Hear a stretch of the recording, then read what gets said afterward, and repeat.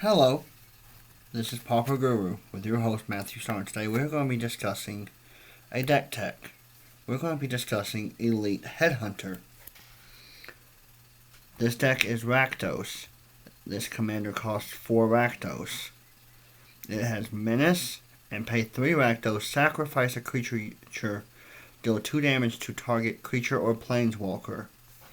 This deck consists a lot of low to the ground creatures you can sacrifice, a lot of 1 and 0 mana artifacts to sacrifice for his abilities as well. There's a lot of ways to recur creatures to continue the process. We're going to go through this deck tech color by color, artifact and multicolored, and the mana basis. Let's begin. You will run 1 copy of Wart Eye Witch. For all the creatures that are sitting there dying on your board, you're going to reset the top of your deck. Scrap Salvager, because of all those artifacts that are going to your graveyard, this guy gets really big through the game. Eternal Thirst. Enchanted creature gets a +1/+1 counter every time a creature my opponent controls dies. Also, this enchantment gives it lifelink. So while you're staying there killing off your opponent's stuff, one of your creatures are getting a lot bigger. Now on to a large amount of the 1-drops in the deck. The Lightkeeper is a 1/1 flyer. Shambling Goblin, whenever it dies, you can try for target creature get -1/-1. Plague Beetle, it's a 1/1 with Swamp Walk. Eye Collector, it's a 1/1 flyer that makes each person mill 1 when it deals combat damage. Grim Physician, whenever it dies, target creature gets -1/-1.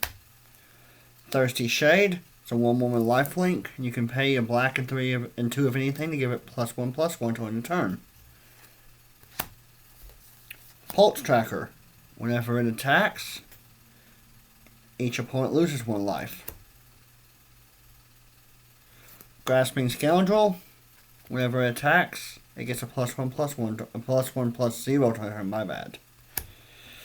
Night Market Lookout, whenever it becomes tapped, each opponent loses 1 life and you gain 1 life. And probably one of the best cards in the deck, Shambling Skeleton, because it can continuously come back for 3 mana. Those are all the black 1-drops of this deck. Now on to the non-creatures in black. You're going to run 1 copy of Giant Skewer. Equipped a creature deals combat damage. You get a food token to sacrifice to your commander, or sacrifice if you need life throughout the game.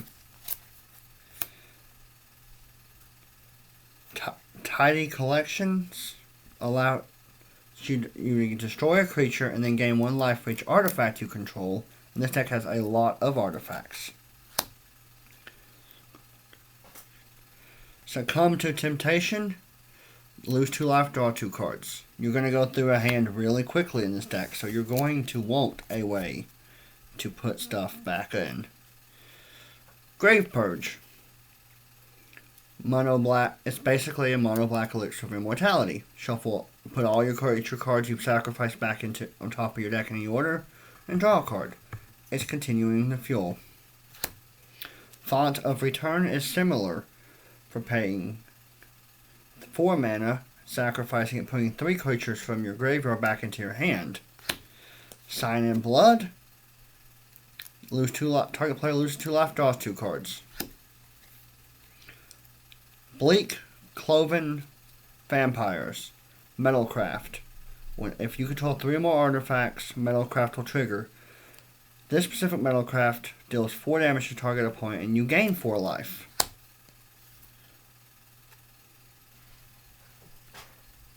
Spark Harvest. 1 mana. Sacrifice 1 of your creatures. Destroy 1 of your opponent's stuff. Really comes in handy if they try to get it more than you. Soul-Tie Scavenger. It has Delve, So this 6 mana cost is only going to be 1 in most circumstances.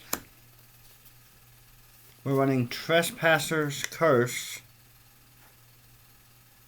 because that will slow up your opponent from wanting to actually play cards. Sounds a little contradicting when you want to be able to kill off your opponent's stuff, but as they play stuff and you kill it off, you're getting more life out of it. Now, we're going to be running a set of meld creatures as well, with Graft Rats and Midnight Scavengers. They meld to create Chittering Host. It has haste and menace. It's a 5/6 that gives all of your creatures +1/+0 and menace until end of turn. Now on to the red cards of the deck. We're going to go through all the 1-drops, just like we did in red. Weaselback Redcap. So 1/1. Lava Step Raider. Bellows Lizard. Forge Devil. Fire Fright Mage. Somberwald Vigilant.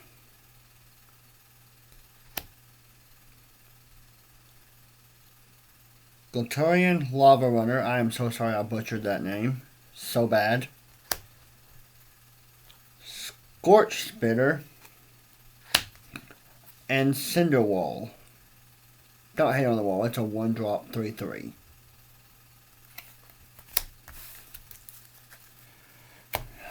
Now on to the non-1-drops of the deck. Those are the only creatures in red, so we're going to go on to Dragon's Flutter, which will make you 2 1/1 goblins, while allowing you to get more sacrifices out of it. Thrill of Possibility, because Rakdos runs out of cards very quickly, so you won't be able to draw a lot. Wild Guess, discard a card, draw 2 cards. Honor the God Pharaoh, will discard a card, draw 2 cards, and create you a 1/1 zombie token you can sacrifice to your commander later. Gotta love cards that do more than one thing in a match. Heartfire, you can sacrifice one of your creatures.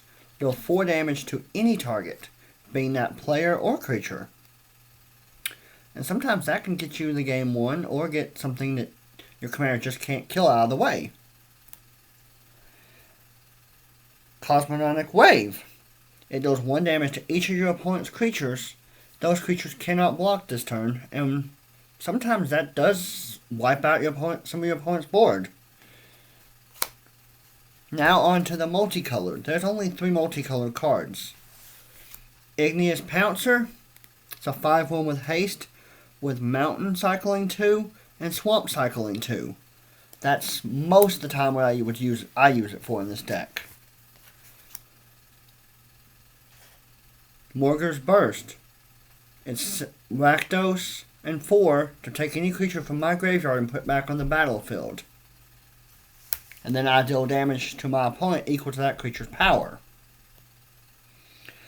Sootstoke Kindler. It's Rakdos and 1 for a 1/1 that I can, with haste, I can tap to give any red or black creature haste until end of turn. Now, on to the artifacts of the deck. We run 1 Adventurer's Gear, 1 Traveler's Amulet, 1 Renegade Map, 1 Rakdos Locket, 1 Rakdos Cluestone, Cathara's Shield, a Quarter Shield, Bonesaw,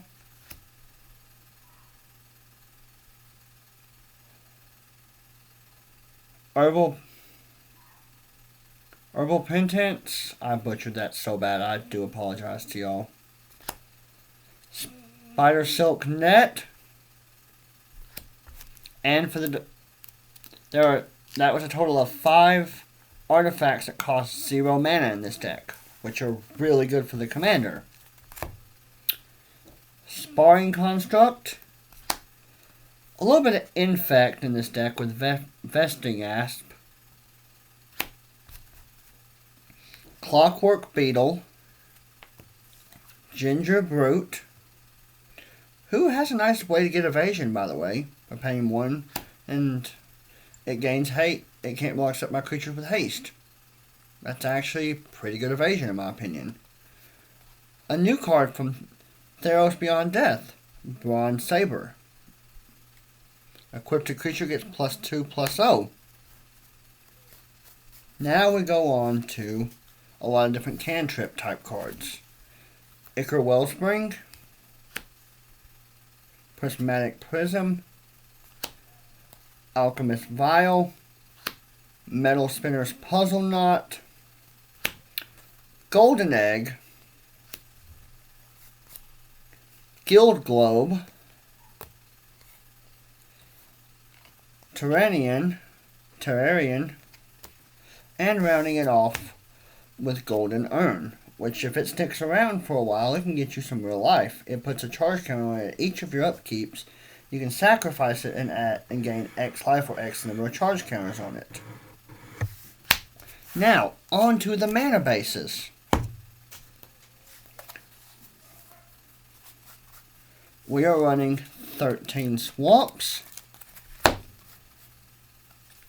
7 Mountains, both of the cycling lands with Culling Lands. With Barren Moor and Forgotten Cave, we're running Rakdos Guildgate, Bloodfed Caves, Cinder Barrens,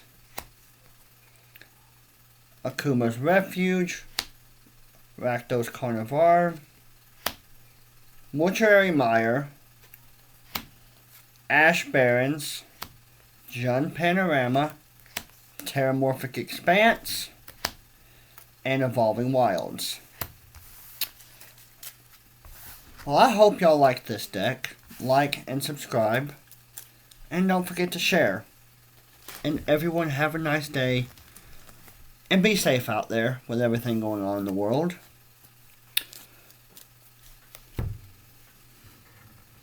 Please like, share, and subscribe. Thank you.